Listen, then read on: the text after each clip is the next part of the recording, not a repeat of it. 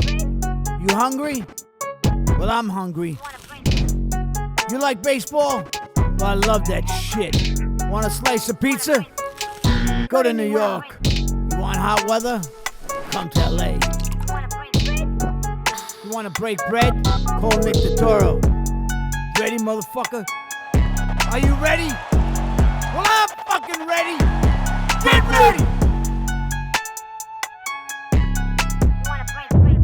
So yeah, when you know you're fucking talking to him, right? You're having you're doing a podcast with me. Hey, Nick Turturro, how you doing? How's everything in your life? And then you're fucking talking, trying to make comment. Back in '72 when I was doing coke, right?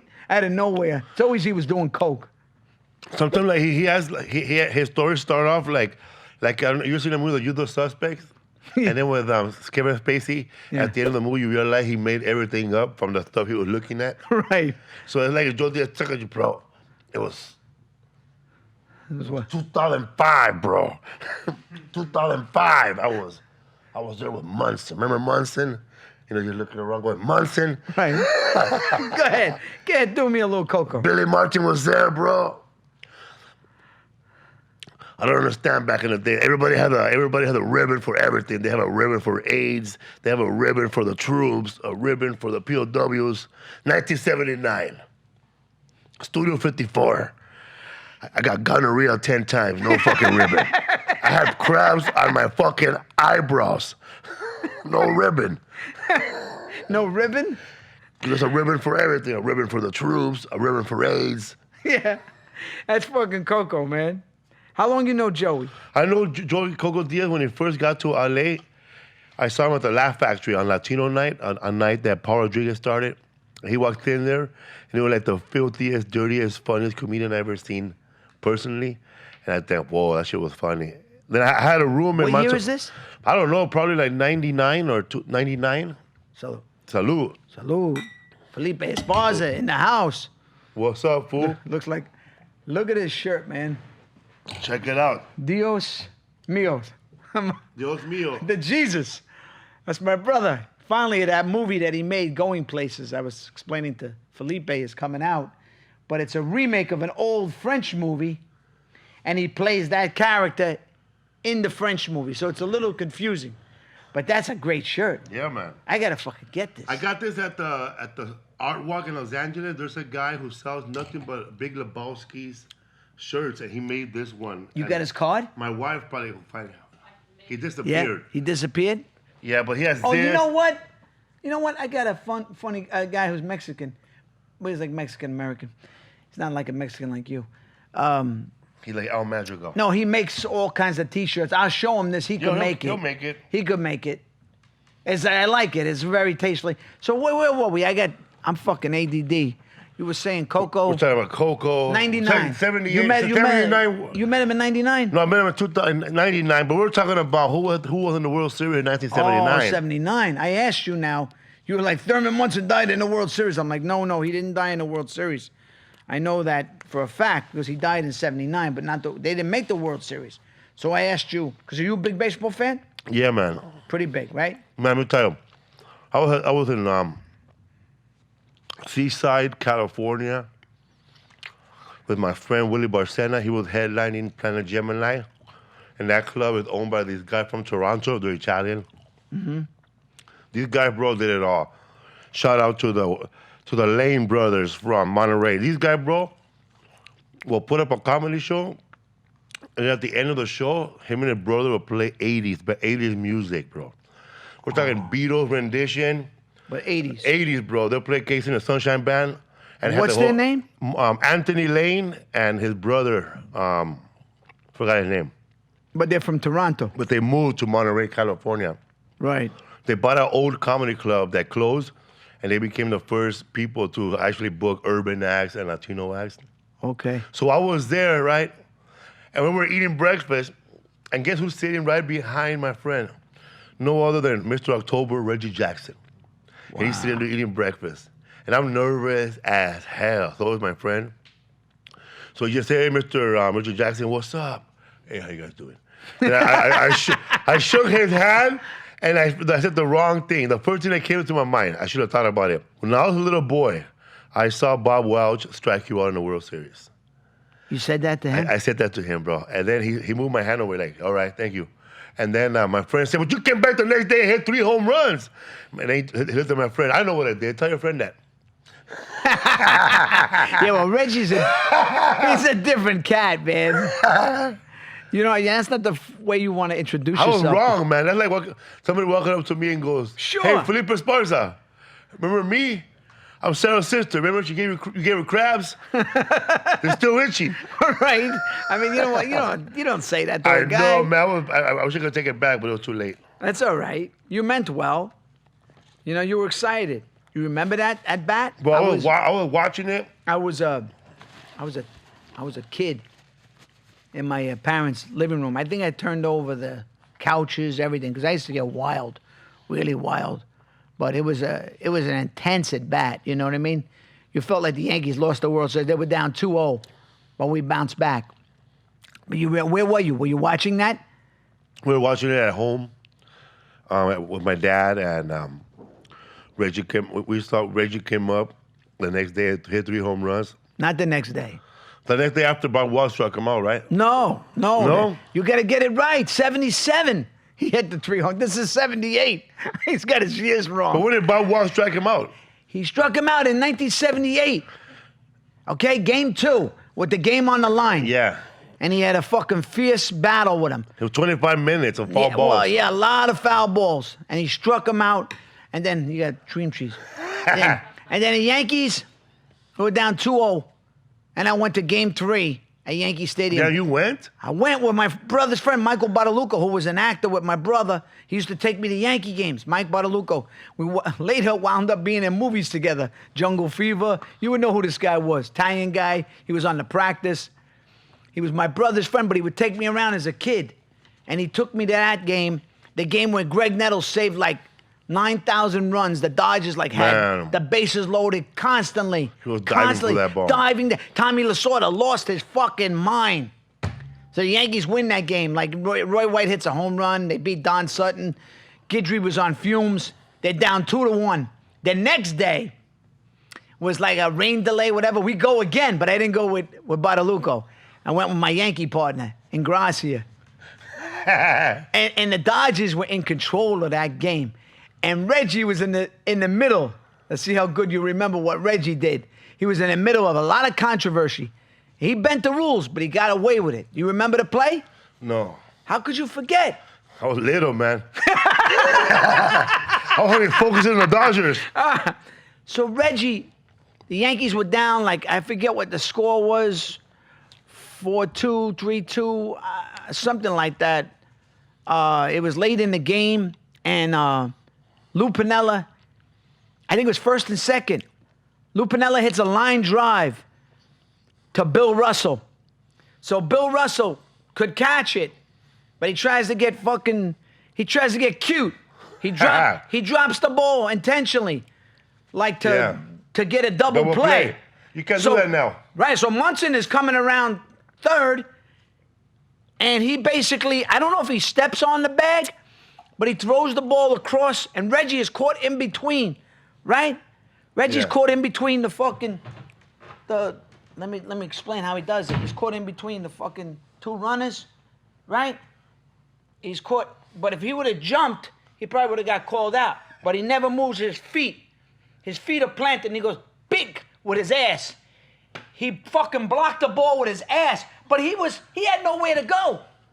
So Russell got cute, and Reggie did what he could do within the guidelines, which was really cheating. Yeah. But cheating that was accepted because it was like, what the fuck you want me to do?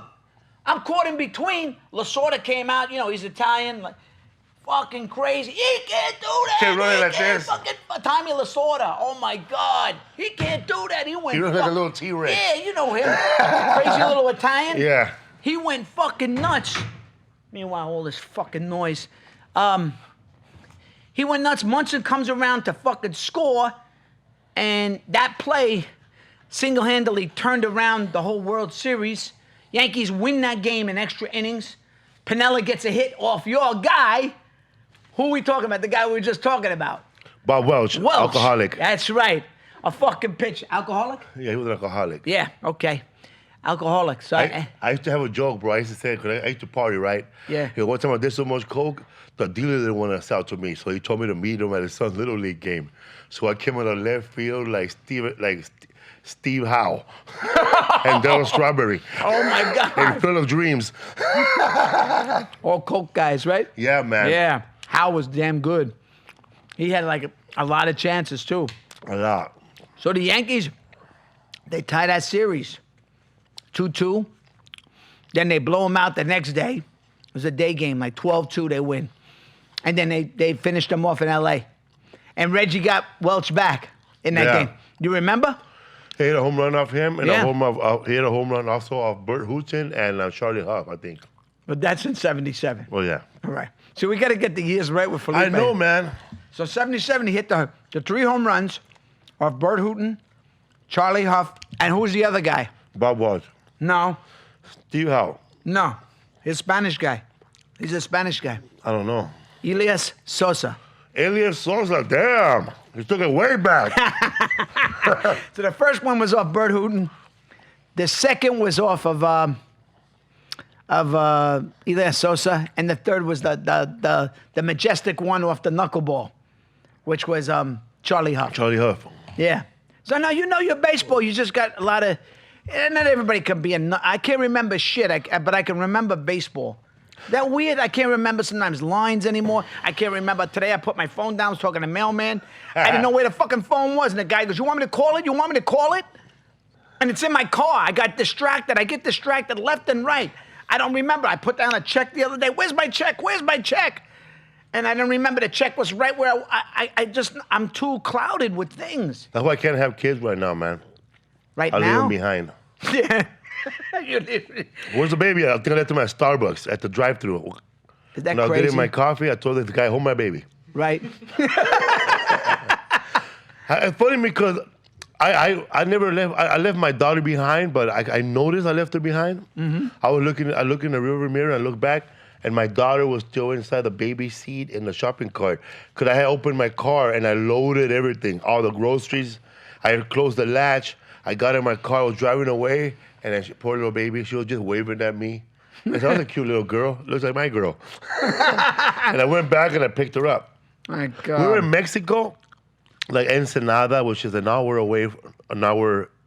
south of Tijuana, Mexico. It's a beach area. And we were there having a good time. We put gas in our car, and we leave, and my dad leaves my little brother behind. Oh, my God. We were gone like 40 minutes. Are you kidding? Like, we had to go back and get him, and he was just there in a gas station. He was already selling chiclets, man. He was like, Oh, my God. he was shining shoes. No.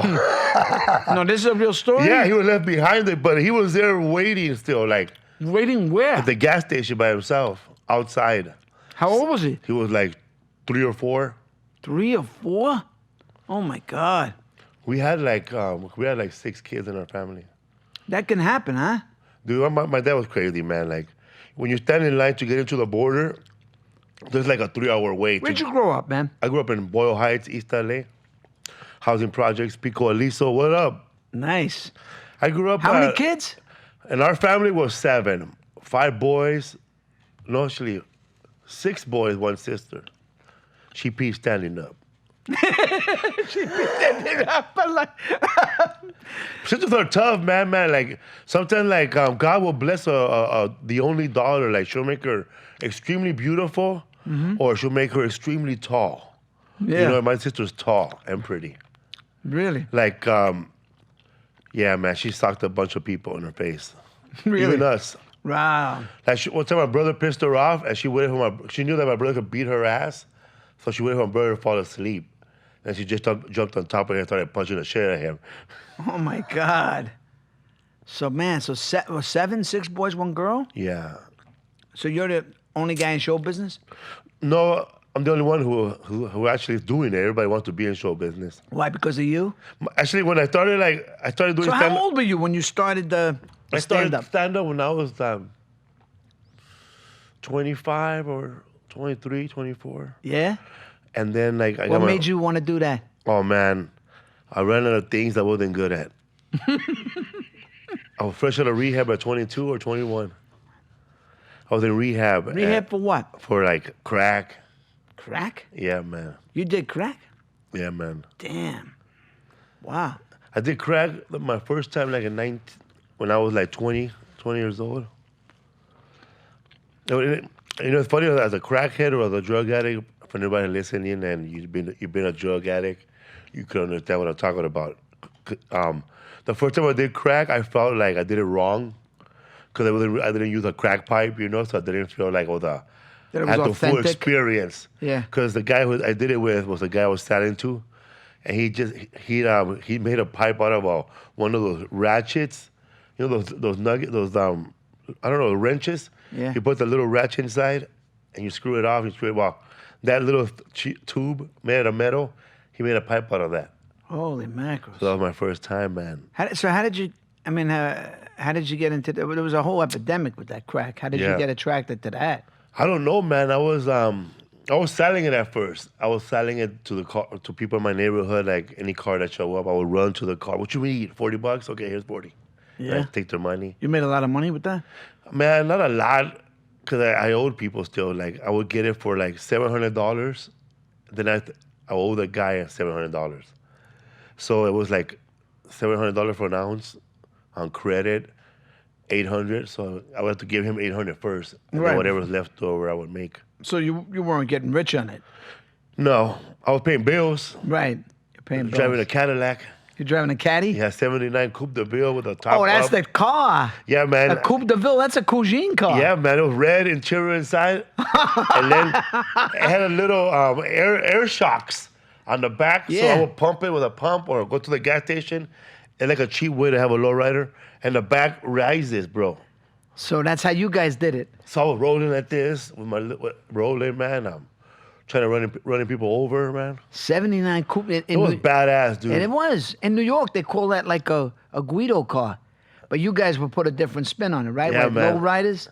They would do lowriders, but the black people, they would put bigger tires, which I don't understand. Yeah. And we would just rise the top. Mm-hmm. So I'm riding like this. Yeah.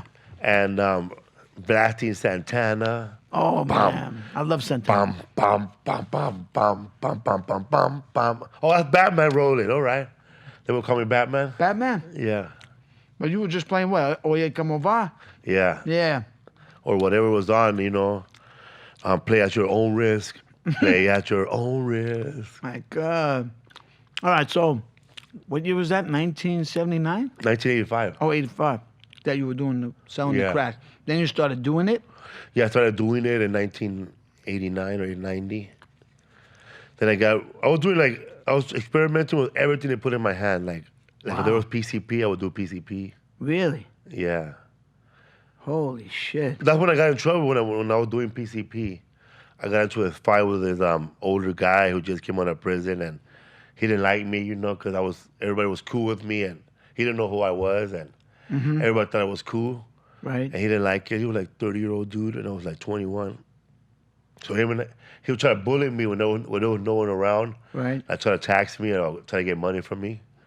So I never gave him shit, but he would just push me. And one night, man, I was at the drive-in theater. Remember those? The radios? No, the I don't know if they had it in New York, but in LA, like they had those 7-Eleven, right? They had those big gulps. Oh, okay. But then they came up with a plastic one that looked like the ones that the boxers use when they box. The sippers, the big sippers. Right. I went to a gas station and I filled up the big sipper with ice and the little poor man drinks, the club drinks, margaritas, or they have mudslide, or. So I put a bunch of White Russian inside of my 2-liter, my little sipper, right. 32 ounce. So I had like 4 mad drinks. So I was just sipping at the drive-in theater, watching Terminator 2. Wasn't that drive-in movie theater something? And I was sipping, bro, and we're smoking weed in the movie theater at the drive-in. Right. Smoking PCP. And then when we get home, they drop me off. All right, man, later. And they go their way. And I see the dude there, bro, and like, fuck, eh? So he starts like messing with me in front of everybody. So now I got to prove myself, because now, right. like, you could bully me when I was a kid, you could bully me when it's just me and you. That's cool, you know. Right. I don't have much confidence. But when you bully me in front of people I know or a big crowd, that's the only time I would fight because I don't want to be the people that think I'm a punk in front of everybody. Right. Like, I'll be a punk if it's just me and you personal, whatever. Right. But if I was like, if my brother's there or my friends are there or my dad's watching, too much pressure Right. not to fight. Right. So, man, I got my clothes open, got my fist going. I went straight to his face, and I missed. So you And missed. this ain't Hollywood, man. Right. Not everybody gets a good one in. Where's this, in the parking lot? In the projects, bro. In the projects on Pico Aliso on 5th Street. And I missed. And then he's a better fighter, of course. So he kind of knew I was going to miss. So as soon as, before I could, like, before I could just swing, you know, when you swing and you miss, Right. and you make that turn, I didn't get to do that turn because there was a fist waiting for me already. So as soon as I missed, his fist already coming at me with perfect, man, like perfect timing. Right, he clocked So you. if he clocked me, my nose started bleeding immediately. Oh, man. And so then he got another one to my face. So then he tried to strangle me. Right. So I gotta know what to do, man. So I watched a lot of wrestling, bro. So I just bit his ear, bro. Like, and I bit like the bottom of it. I bit it all off. You bit it off? Yeah. Wow. And then after that, you know, I guess the shock of being bit scared him. I guess he just started. Wah. How big was this guy? I don't know. He was small, but he was stocky, bro. Like, he had those prison muscles. Right. He was 5'7", 5'6". I was 6'1". I was like 180. He was 170, 160, solid. Mm-hmm. And you know, when you find somebody in a project or you find somebody in a hood, you're either gonna beat him up and then pee on him after.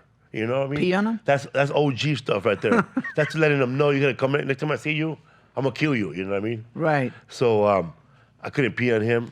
So Anybody break it up? nobody broke it up. Everybody was watching.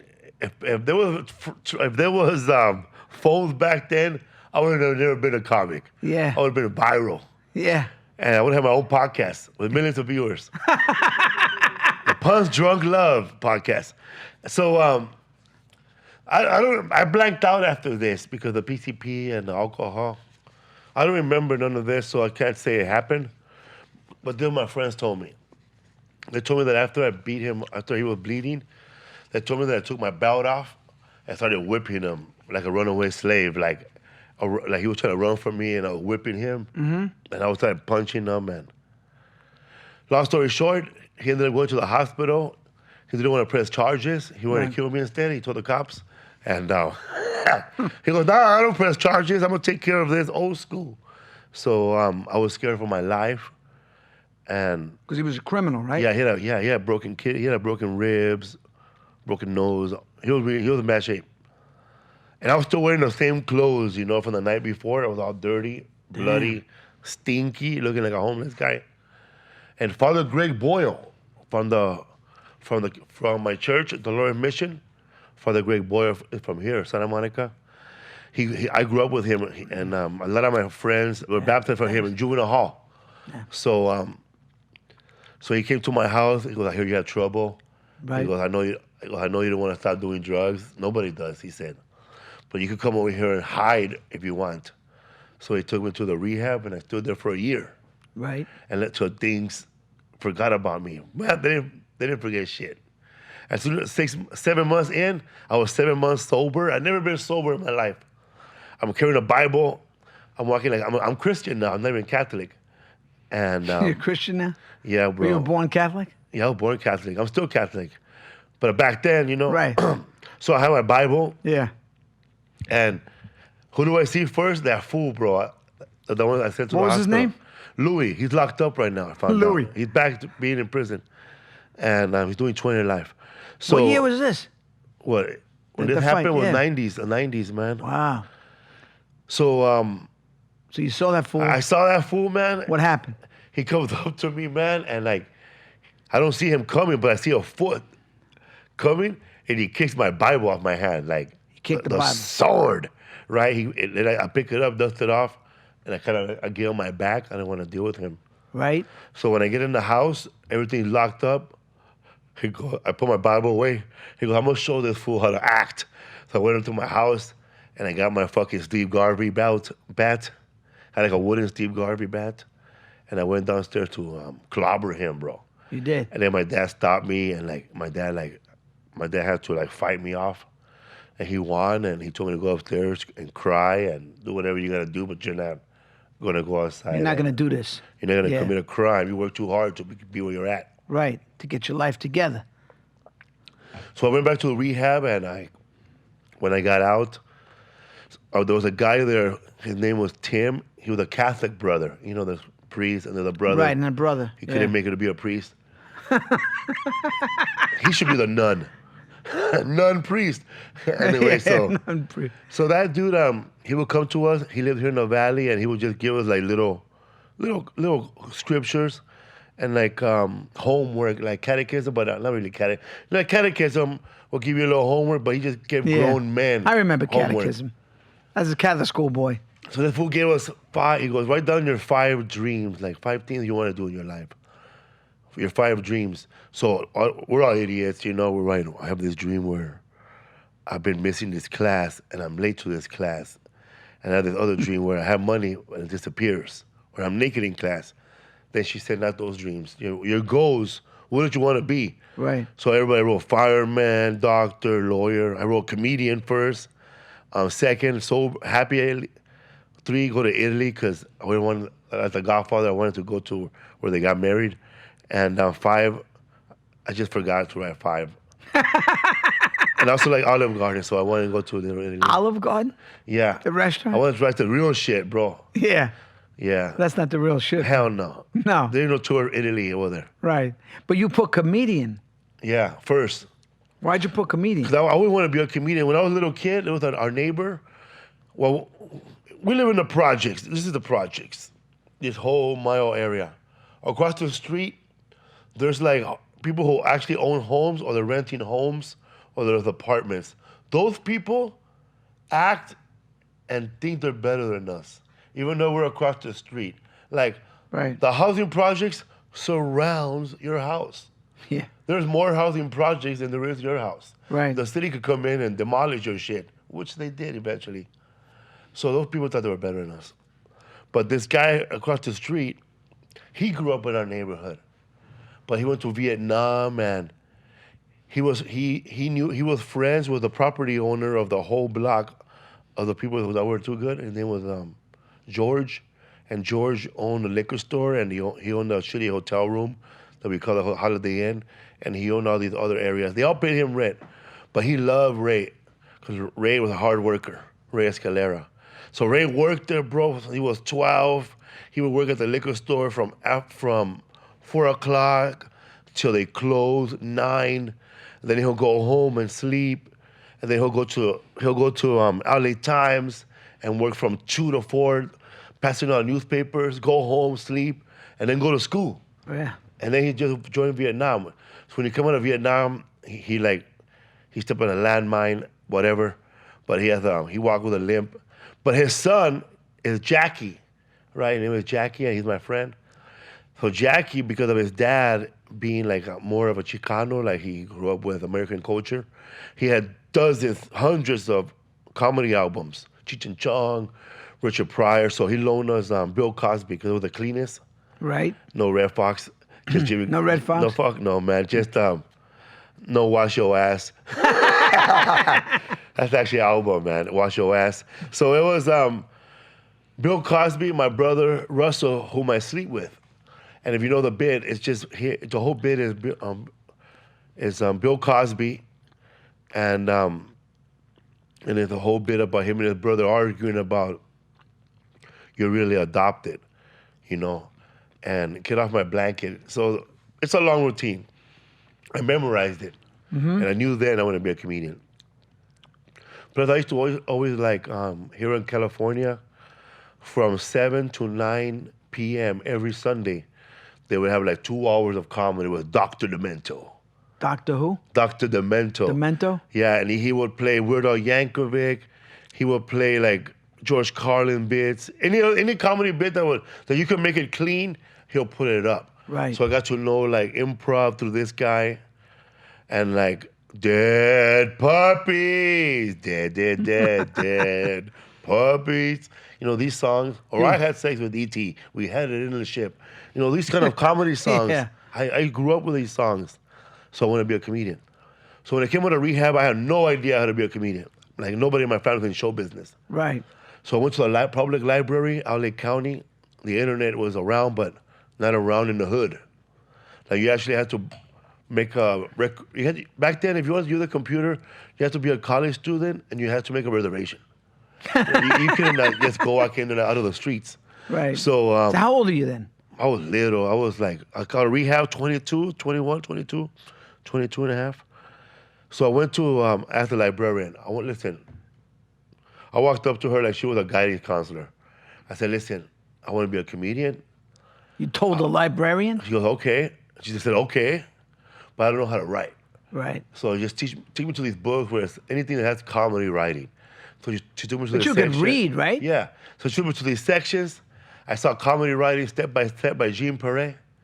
And I rented it. I checked it out. Then I got some other ones, Steve Allen, Anecdotes, and what's his name?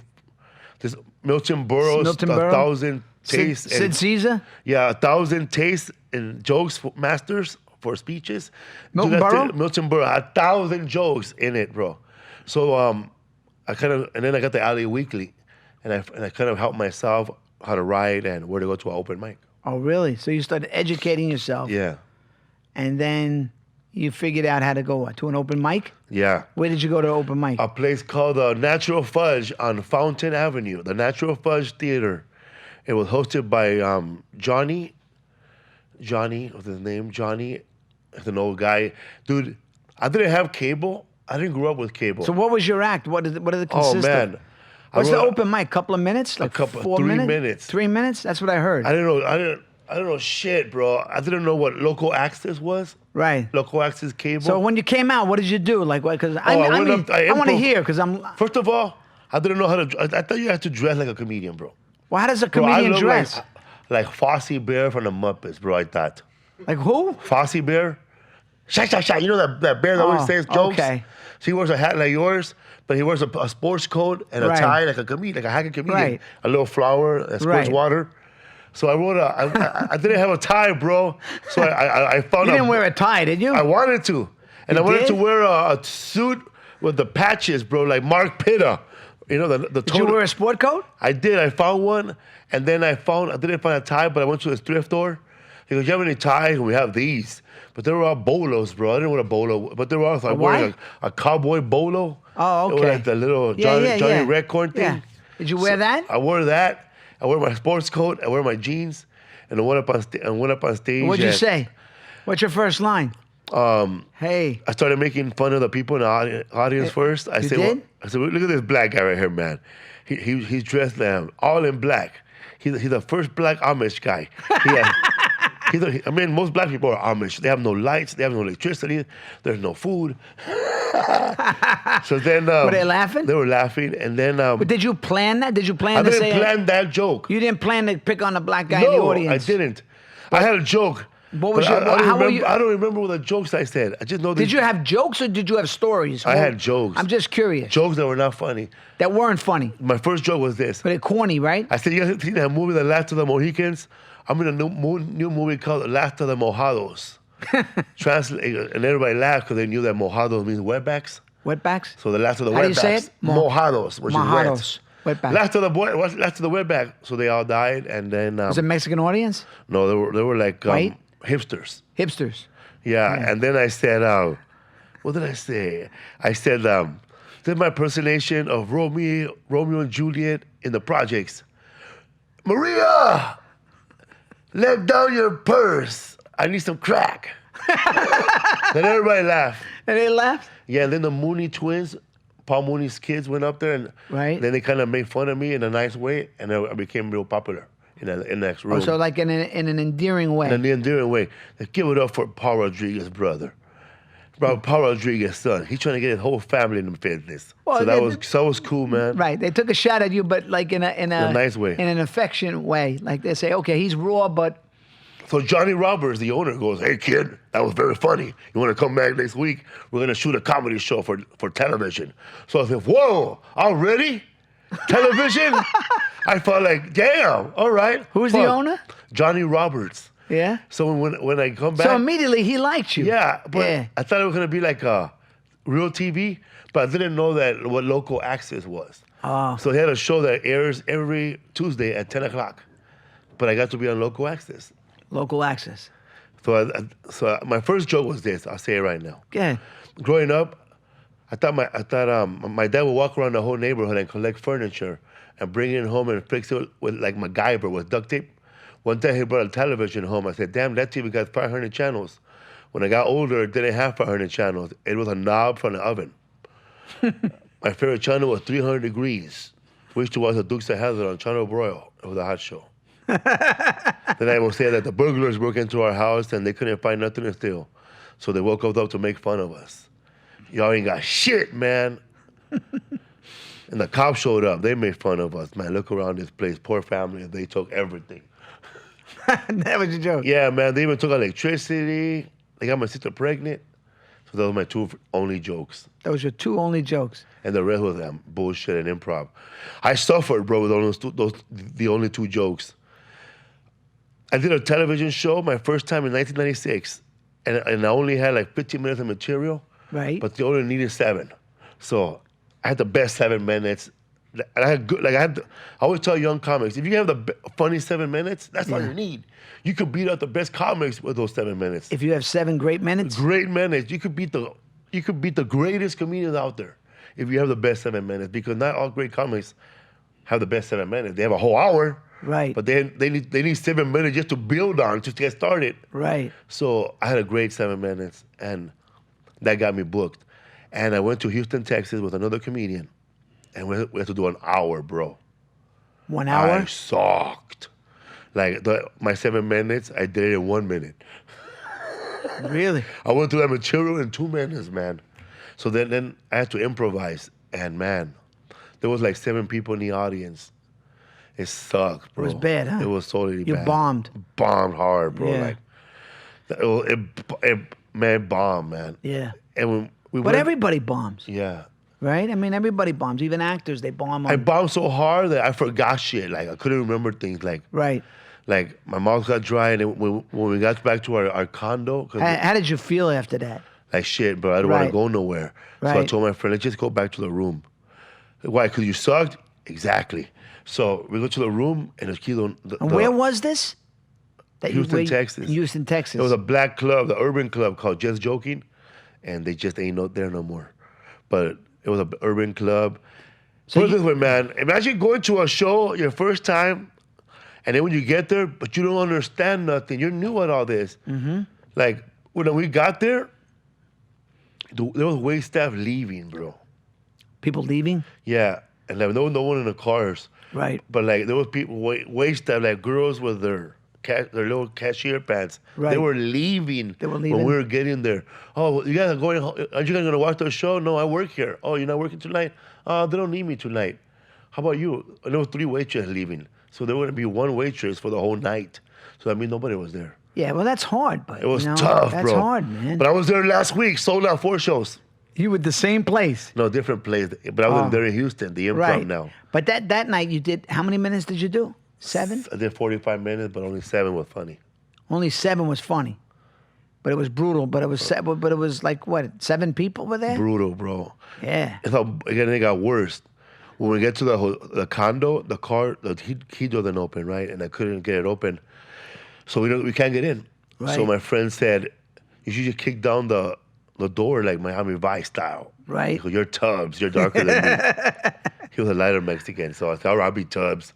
Bro, I kicked down the door, and this fucking trailer trash redneck comes out. What the fuck's going on here? Bro, I kicked down the wrong condo. Oh, my God. So this guy comes out with his boxers, bro. Holy shit. And his boxers, bro, and an old Milwaukee hat. But like, An old Milwaukee hat? Yeah, bro. A real hillbilly. Bro, he was a hillbilly. Yeah. And a short dude. He comes down, what the hell's going on? And I fucking, as soon as I saw him, I fucking ran. I ran, bro. My friend stood there looking at his boxers. Holy shit. And they started having a conversation. And my friend, listen, man, call the police right now. He did like some psychology in his ass. Call the police. Yeah. Hey, what do you mean call the police? Call the police. What else are you gonna do? You know, we're very sorry. Right. We broke it. We crashed into the wrong condo. Right. Our condo's the other one on the other side, and we're just trying to get in. But if you call the police, you could feel safer. Because I don't want to call the police. Okay, how about this? Tomorrow morning we'll come back and fix your door. You know, here's my number. We're staying at that condo. We'll come back and fix your door. He goes, all right. So you made amends. And then my friend goes, boy, here's some $20, you know, for the meanwhile, get yourself a 6-pack. So, fool. So we goes, all right. So he never saw me. So we go back to our condo. The door's unlocked. I left it open. So what happened? So we slept, bro, and the next day left, and fuck that guy, bro.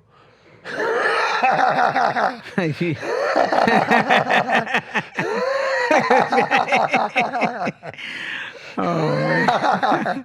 He's like Coco with that laugh. I can't believe it, man. Like, that guy was a con artist, bro. He said I would have never said that, bro. Wow. But I ran because it's Texas, open and carry. You're allowed to kill somebody for that. They carry guns there. Yeah, right? even like in California, if you would have shot somebody for being in your house like that, they were questioning, like, why'd you shoot him? He was in my house. How long did it take you to shoot him? Why? Was there a conversation before you shot him? Was there a warning? In Texas, there's no warning, bro. Boom, you're dead. Right. So, yeah, man, we were lucky. That was my first experience on the road. Wow. What year was that? Fuck, it had to be like 98. 98. Oh, wow. Unbelievable. What year did I meet you now? I met you. We met in 2008 or 2009. Yeah. We were doing The Deported. A little movie. A little movie. And you were casting director. You were pretty much casting director, producer, and sometimes transportation. I know. Wake up call. I know. You were sending people to wake up call. I know. It was crazy because I met this guy. What was his name? Redford Mejia? Redford Mejia. That's what he called himself. Manny Mejia. Manny Mejia. He sells tequila now. He sells tequila. Yeah. Tequila, what's it called? Tecava. Is it still going? Yeah, I lost track with this guy. He went to school. His kid went to school with my kid. Oh, I didn't know that. Yeah, and then he wanted to do. You know, he came to my house one time and. He goes, wow. Big dreams. Yeah, he had big dreams. I guess he had some money. I don't know. He was an accountant. They were Filipino because I married a Filipino. And then he said, you know, I got this zombie idea, blah, blah, blah. You know, here's the story, here's the script. And I didn't get the story. The script was like unreadable. I said, well, this sucks. I don't know. He goes, well, Nick doesn't want to do it. Nick said it sucks. I said, I didn't say I didn't want to do it. I just said the script sucks. So can we rewrite it or some shit? So I tried to rewrite it with who was that dude? He made a couple of movies. Chris Esma? Chris Esma. Yeah. Yeah, nice guy. I mean, we tried to make something out of it, and then You did two movies with him. Yeah, then. I did. What's that called? Shoot the Hero. Shoot the Hero. Yeah, Shoot the Hero with was a bunch of people in it. Man, Jason Mewes. Who's the other guy?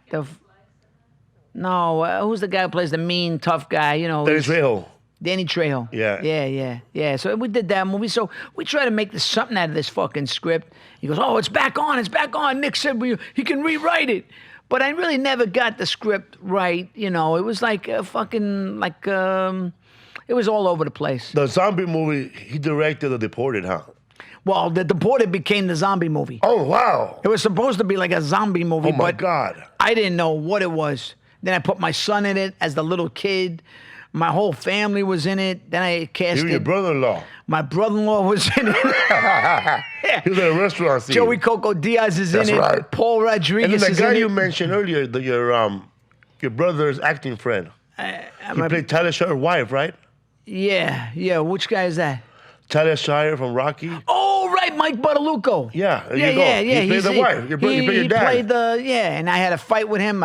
My cousin Gabe, who's a funny guy, my wife's cousin. Michael Rappaport. Michael Rappaport plays Michael Rappaport. And Kevin James' brother.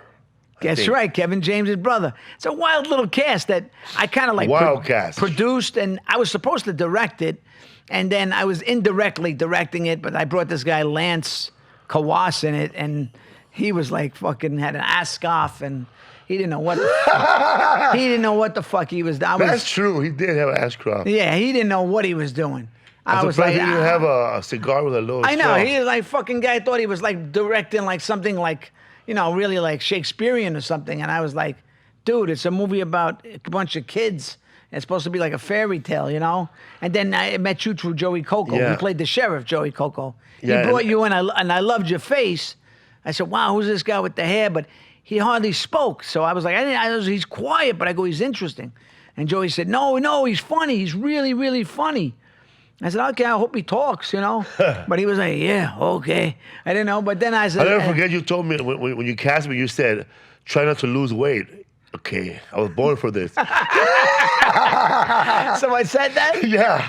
He goes, they're like a big guy, so try not to lose weight in the last 3 weeks. Yeah. So I put you and Paul Rodriguez together. We're brothers, the Charco brothers. The Charo brothers. or Charo brothers. Charco or... Charco brothers. You guys were funny. Yeah. But what he called fell in love with you, Redford Mejia, because he loves, like, nothing against you, but he likes corny shit. You know what I mean? Dog. Yeah. He loves cornball. He loves corny. And, you know, Felipe, he knows how to do that corny stuff good. He knows how to do other stuff, too. But I'm just saying that he gravitated to you guys.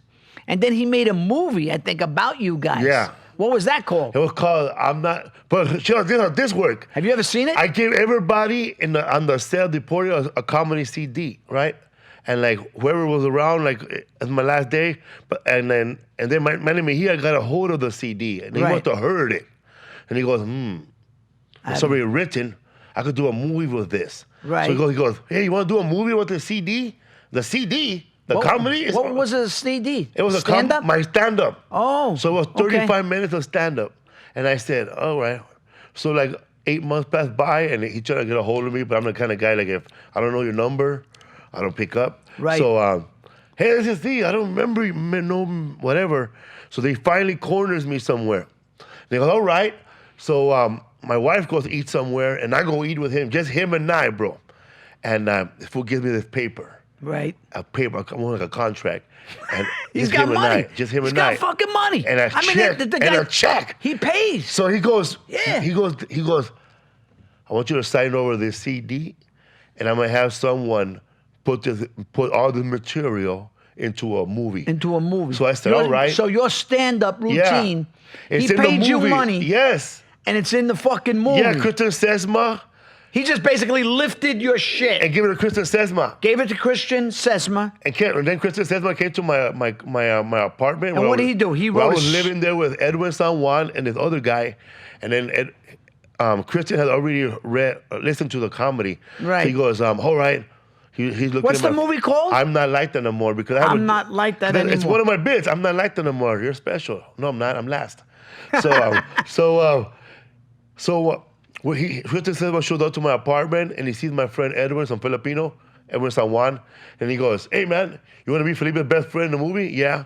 Then my other friend comes out of the shower. Hey, you want to be his brother? His other friend? All right. Right. So all the punchlines in that movie are my material. The audio material. Like my brother, Right. I have a joke where I say my brother came out of the closet. He told everybody. Yeah, but how did that work as a script? Well, they put a round table like where we all sat together. Right. My brother got up and said, I'm just trying to let everybody know I'm gay. And then Paul Rodriguez starts choking like in my bed. I get behind him. Right. Not you too. So they were like just bits. Yeah, they're all bits. They're just bits, but what was the story of the movie? I didn't even know. like the Mexican version of Friday, Viernes. Oh. A love story. Yeah, it looks like the Deported had. And they had a Not- white chick. At the end of the night, at the end of the movie, I fell in love with a white chick. You fall in love with a white chick? Yeah. Did you ever see the movie? Bro, we saw that movie one time at the what you call it? We had like a small premiere at the where? Was Redford Mejia there? Yeah. No, the first one. Arclight. He was always there and a bunch of other people there. And How long is the movie? 80 minutes. Right? Can you find it? I mean, Hell you no. can find The Deported. Did it ever come Under out? 80 minutes? Did it ever come out on DVD? Never, bro. They took it out. They took it out. It was on iTunes for a while. It was? And then I guess some of the actors wanted to get paid, so then they took it down. Did you get paid for the movie? No, I only got paid for that one time for that CD. You got paid for that CD? Then we all got paid, I guess, SAG scale. SAG scale? So we were working 12 hours a day. But he paid you some money for your material. Yeah. They shot it in 9 days, the movie. Right? 9 days? And then Sesma directed it? Sesma directed it.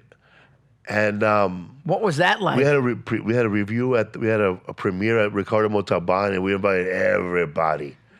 And then whoever was shooting, the movie cuts off halfway through. It pisses everybody off. Nobody saw the ending. It cut off? Paul left with his chick before it cut off. Paul left as soon as Paul saw that the movie was not gonna, it started fucking up. He got up and he was going to the bathroom and never came back. Really? So we had to sit there and do a Q&A with a movie that didn't finish. Oh my God! How fucking embarrassing is that? Yeah, I was gonna like beat this guy up one time when I was editing.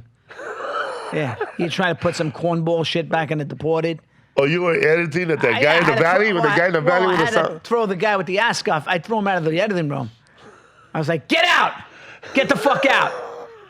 He was like, "No, no." I said, "No, your cornball shit is out." I said, "I'm not gonna have that in my movie." And then Redford was like, first he was supportive, and he was like, but then he wanted to put his cornball stuff in it, and I didn't want that, and he was like, I'll sue you or some shit, and I was like, I'll beat you up right in the parking lot. I'll fuck you up right here. I was so mad. I was like, I shouldn't even fought over it because it was like, you know, the thing was, he wasn't a bad guy. We were friends. They just were corny guys. Didn't understand what was good. What's a good movie? Because you could have a good stand-up, and Felipe Esparza could have a great stand-up, and then you just lift the motherfucking thing, and it doesn't work as a movie. You know what I'm saying? Yeah. It doesn't work as a film. It doesn't work as a story. You got to have more there. Even like the more Deported. details. You got to have more details. You got to understand what you're going for, and it was probably a disaster. But it was like, but remember Twilight Zone. When we were shooting yours. Even mine was a mess. Let me tell you, man, we're shooting cowboy scenes. It is fucking cold. Fucking cold, Tell right? them we were shooting a fucking mudslide to get to the set. Oh, my God. And we were in vans that were getting stuck in the mud. Yep. We were up in Santa Clarita. We were getting there at 6 in the morning. It was freezing. Remember, they were giving us ice to keep in our mouths so we wouldn't have to blow so much cold air. Right. That was an experience, right? Crazy. Coco came. There was a scene where Coco had a mustache through the whole scene, then he shaved it off. Yeah. He was the sheriff. Were you in the fight scene when I'm fighting Coco? Yeah. And you guys, we did with a bunch of kids. There was not enough extras. It wasn't believable. It was so bad. I'm fighting off like fucking with a bunch of little kids, you know? Yeah, they even hired, I think they hired stuntmen or something to teach us how to fight. It took like 2 hours. It was terrible. I mean, that whole fight scene was just so, you know, we laugh. It was because my whole family was in. I learned a lot. Even on a bad movie, you learn like what not to do, you know? But but I was fighting with these people that weren't worth fighting with. You know what I mean? Because they just don't get it. They're not artists. They don't understand what it takes. You want profits. Yeah. I mean, this guy had a pipe dream. Manny Mejia. He wasn't a bad guy. He wasn't a bad guy. He just I remember when he had my movie, and like, I don't know if anybody wanted to buy it, but like, you can't hold. I learned one thing: you can't hold on to a movie forever. It's not like diamonds; they don't appreciate. Yeah. I mean, I was trying. In retrospect, I would have been better off. Was it on Netflix for a while though? It was. What happened to it? I don't know. I have no idea. I supposedly had some interest in it. It said on IMDb 3 million. It wasn't made for 3 million. Maybe a couple 100,000. But this guy, you know, he wanted to be like in the limelight. You know, he would gravitate to whoever. He gravitated to you, Paul Rodriguez. You know, he gravitated to me, and then as soon as I got like a little, you know, antsy with him, all of a sudden he was like, "Oh, Nick is not, you know." And then it was supposed to be a movie with Paul Rodriguez and his son. Paul and his son? Yeah, after me, I think. Oh, that was his plan? Yeah. But it never happened. Yeah, I think or- he made that movie behind his wife's back. I didn't know that. Yeah. Dude, I'm not talking bad. I mean, Oh, you heard about that? I didn't know that, but not to say Yeah. anything bad, but No. Yeah. but yeah. kind of. I don't know. I lost contact When I with was there him. having dinner, Yeah. he took a tequila shot first. Oh, is that? Did he have the tequila out? Did he create the tequila? No, he had his own tequila. Like, he took a shot first before I signed a contract. Oh, really? Wow. But he paid you some money, right? Yeah, his wife found out during a shooting. Was she mad? I don't know, man. Because she was a killer. She They're was. both GPAs, right? Yeah, they're like CPAs. CPAs. You know, like I knew them like my kid knew their kid. They were friends, you know. I didn't know he wanted to be in show business, but you know, I tried to make something. I really tried my best, but in retrospect, I could have done a few things differently, brought in a better writer, and maybe just directed it myself, except with the guy at the Ascoff. But Crazy, man. Christian Sesma's doing well, though. he's doing okay, right? That movie, Yeah. the What'd he do? The Green what? The Green Book.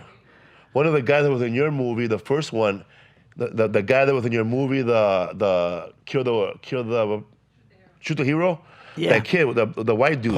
Paul. He's in the Green Book. Yeah, well, the guy that wrote the Green Book, I had him on the podcast, and he was around for a long time. Nick Villalonga is friends with Sesma. So Sesma's gonna direct his next movie, I think. Oh, really? Yeah. He's going to direct a movie now? Yeah. Okay. What's that called? I don't know, and they don't Yeah. even know yet. Christian had to deal with him before the Green Book came out. Yeah. So now that he's in direct. It was so funny. When I was doing Shoot the Hero, I had a little fight with Christian, but then we made up, whatever. I mean, you know, no hard feelings. But I had an audition one day, and I was supposed to go do the audition, then come back at night. And stupid me, I would have been back anyway. But I said to him, I'm going to go do this audition. He goes, no, you're not. I said, well, what do you mean, no, no, I'm not? I said, I got to go do this audition. I'll come back. I'll be here tonight. He said, if you do that, then, you know, you're out. The first time I met you, Then he like fired me. the first time I met you, You know, I met you crazy I was ass. so mad. Was like briefly, like I met you like at Dodger Stadium. I was walking and like you were just was your family, I guess. And I said, "You're Nick Turturro," and he goes, "Hey, what's up?" And then you started arguing with a bunch of security guards and a bunch of people. I was? Yeah, and I walked away. Oh, maybe it was over my cousin or something. Probably or something, man. 'Cause Yeah. you were fighting, you were about to fight. I was like, oh shit. Nick Turturro's keeping it real. I gotta go. Yeah, I think somebody tried to attack my wife's cousin or some shit like that, and we had words because I don't. I thought you were a Dodger fan back then. No, I'm a Yankee fan, hardcore Yankee fan. But I fuck with a lot of people on Twitter because I wear a lot of jerseys. Like yesterday, I was wearing a Alex Bregman jersey and had my Yankee hat on. He's on the Astros, you know, and everybody gets all mad. But now these Houston fans love it. Bucky Dent. Yes, Bucky Dent. He was in the World Series. He was in the World Series. I try to remember because I know he had the goose and he fucking hit Ron Say in the head. That's fucked right. him up. 1978, he hit him in the head. He was scary, the goose. 'Cause I remember like our starting lineup was like, whenever like with Bob Wells pitching, Steve Yeager catching, third base was Ron Say, Bill Russell was shortstop, second base was Davey Lopes, first base was Steve Garvey, right field Reggie Smith, center field was Lee Lacy, and right field was Dusty Baker. Left field, Dusty Baker. Dusty Baker, Yeah, yeah. yeah. They would call it Bakersfield. Yeah, they had a good team. Oh yeah, Rick Monday was right field. Rick Monday was center field. Center field. Yeah, Rick Monday. That's the guy that grabbed the flag. Got Remember? the flag from the Cubans. From the Cubans. He was running with the flag. Yeah, I love baseball. You know, the Yankees are coming out here in August to play you the going? Dodgers. Both in first place this right now. Are you going? I'm going to go, yeah. I'm going to shoot a Fox promo for the Yankees and Dodgers. I did one last year for the Mets and Yankees Subway Series. I do these little promos, you know. So we're going to do one now, the Yankees and Dodgers. Because the Dodgers used to be Brooklyn. Yeah. So, you know, the Dodgers. Ebbsfield. That's right. The Dodgers and the Giants both left New York. They like had a bastard child at a wedlock. And that's the Mets. The Mets became like that bastard child. Who you know? left first? The Giants? The Giants. And then the Dodgers. And the Dodgers because they couldn't get a site for the new Ebbets Field. Ebbets Field must have been amazing. Yeah, man. But people were brokenhearted. You know, they wanted them to move to Queens. And we said, well, no, they're not Queens. We're Brooklyn. So when the Mets come in, 67? 62. 62. The year I'm born. The year I'm born, 1962. I grew up around Met fans. I mean, I should have been a Met fan by landscape. But I went to the Yankee Stadium in 73, the South Bronx. My Puerto Rican friend took me. You sad when they shut it down and made a new one? Yes. I don't like the new one very much. I've voiced my opinion, but what can I do? It's gone. You have seats at least? I go. Yeah. No, but did you get to buy seats from the old Oh, stadium? did I get a seat from the old stadium? No. But that's all right. I have the memories. Yeah. I was there. It won't ever be the same for me. You know what I mean? You don't tear down you don't tear down a cathedral. You know? You ever been in Fenway Park? Never, just from the outside. It's amazing. I've been to Wrigley Field. And Wrigley is amazing too. You can't, that's why they didn't knock those stadiums down. That's why they refurbished them, they rebuilt them.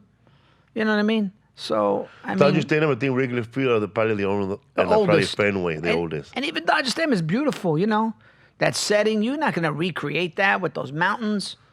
They kicked a lot of people out to build that stadium. You know that story, right? Yeah, man. People were mad at them. A lot of your people were mad at them. Hell yeah. Right? It was Chavez Ravine. Chavez Ravine. That was no fucking joke. Hell no. There was a lot of people were living there. Those people were like, at first they were told that they were going to make some low-income housing and you're going to have a first choice. Right. And then that never happened. And then when O'Malley wanted to look for land, the city said, well, we got this land we took from these people. We'll sell it to you guys. Right. So, you know, O'Malley saw a good deal and he didn't do his research and find out whose land they took first. Right. So then when you see those pictures of the people getting kicked out, It's sad. it's not, they're Really not getting sad. kicked out and then Dodger Stadium's moving in. They were kicked out first, then the place was empty, and then O'Malley bought it. Right. But it always looks like O'Malley pushed everybody out. No, he never did. It was the city of Los Angeles, with the LA County Sheriff. They came in because they already had bought the land. They told those people, well, it's like they were going to give you 10,000 for your land. They said no. But then they got cheaper, 5,000. Wow. Then finally, get the fuck out of here. You're only going to get 500. So they pushed everybody out. The land sat there for a long time.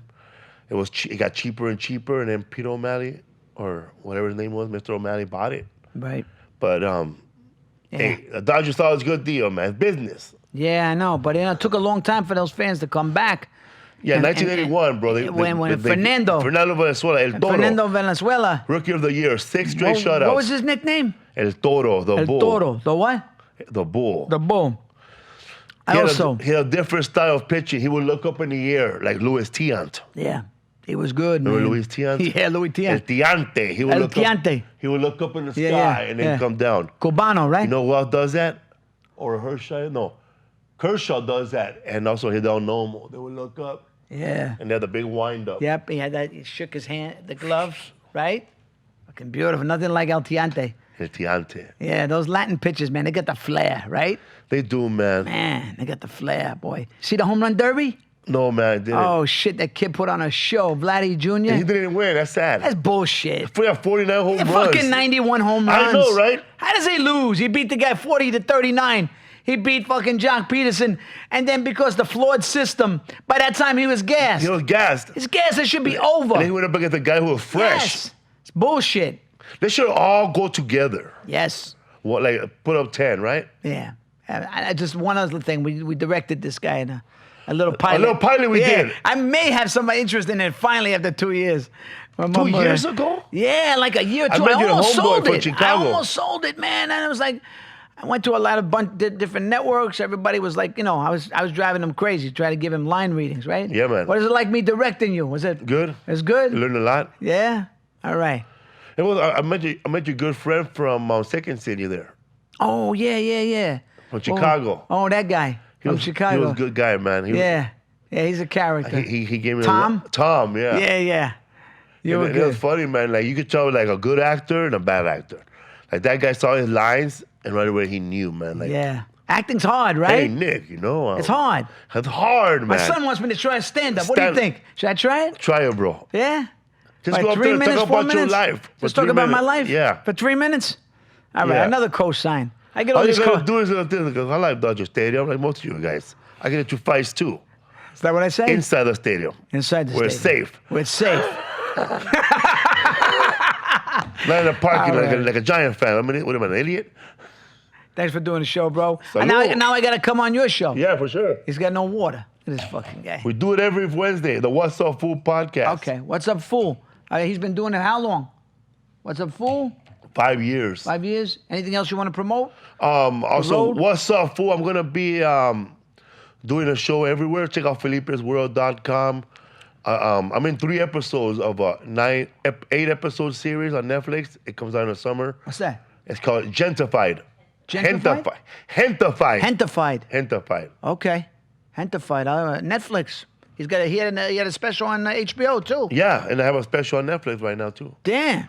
And I'm gonna do a new 1-hour special, and I'm gonna translate the whole shit en español para todos los países que están allá que no hablan inglés. Yo tengo algo para ti, papi. Okay. For those of you that don't speak Spanish, I got something for you too. Yeah. You hear that? You know, by the way, man, I did my DNA test. What do they say? You got some I'm Italian? 39% Native American, 11% Greek Italian. I knew you were. Me la pelas, mamón. I told you Same with that flag, face. no ego. I told you. Oh, and 3%, and I also 3% African, like everybody else. Yeah. That I know. Bro, I saw that picture of you in fucking high school. You had a fro. Afro. Oh yeah. We got some brother in us. Hell yeah, bro. That's Sicilian. Yes, Sicilian. That's why you look at my skin, bro. Ain't no Sam way. and the Bull right here in the movie, remember? Yeah, Sam and the Bull. That was a good movie, by the way. It was a good the movie. HBO one. No, like you see a lot of Gotti movies, you see a lot of them. I know. But this one, the one he's in, it's real, man. We tried. I liked it, bro. Yeah, we tried. It was, That dude played a good Gotti. Oh, you like him? I like him. Yeah. Rest in peace. Asante. Oh man, he was good. Armando Asante. Yeah, he was good. He was good. He's Jewish, right? No, Asante? Yeah. I think he's Italian. Yeah, I don't know. He's an interesting guy. He looks like he could be in my family too. Yeah, man. Yeah. All right, man. Thank you. All right, fool. We Thank out. you for having me.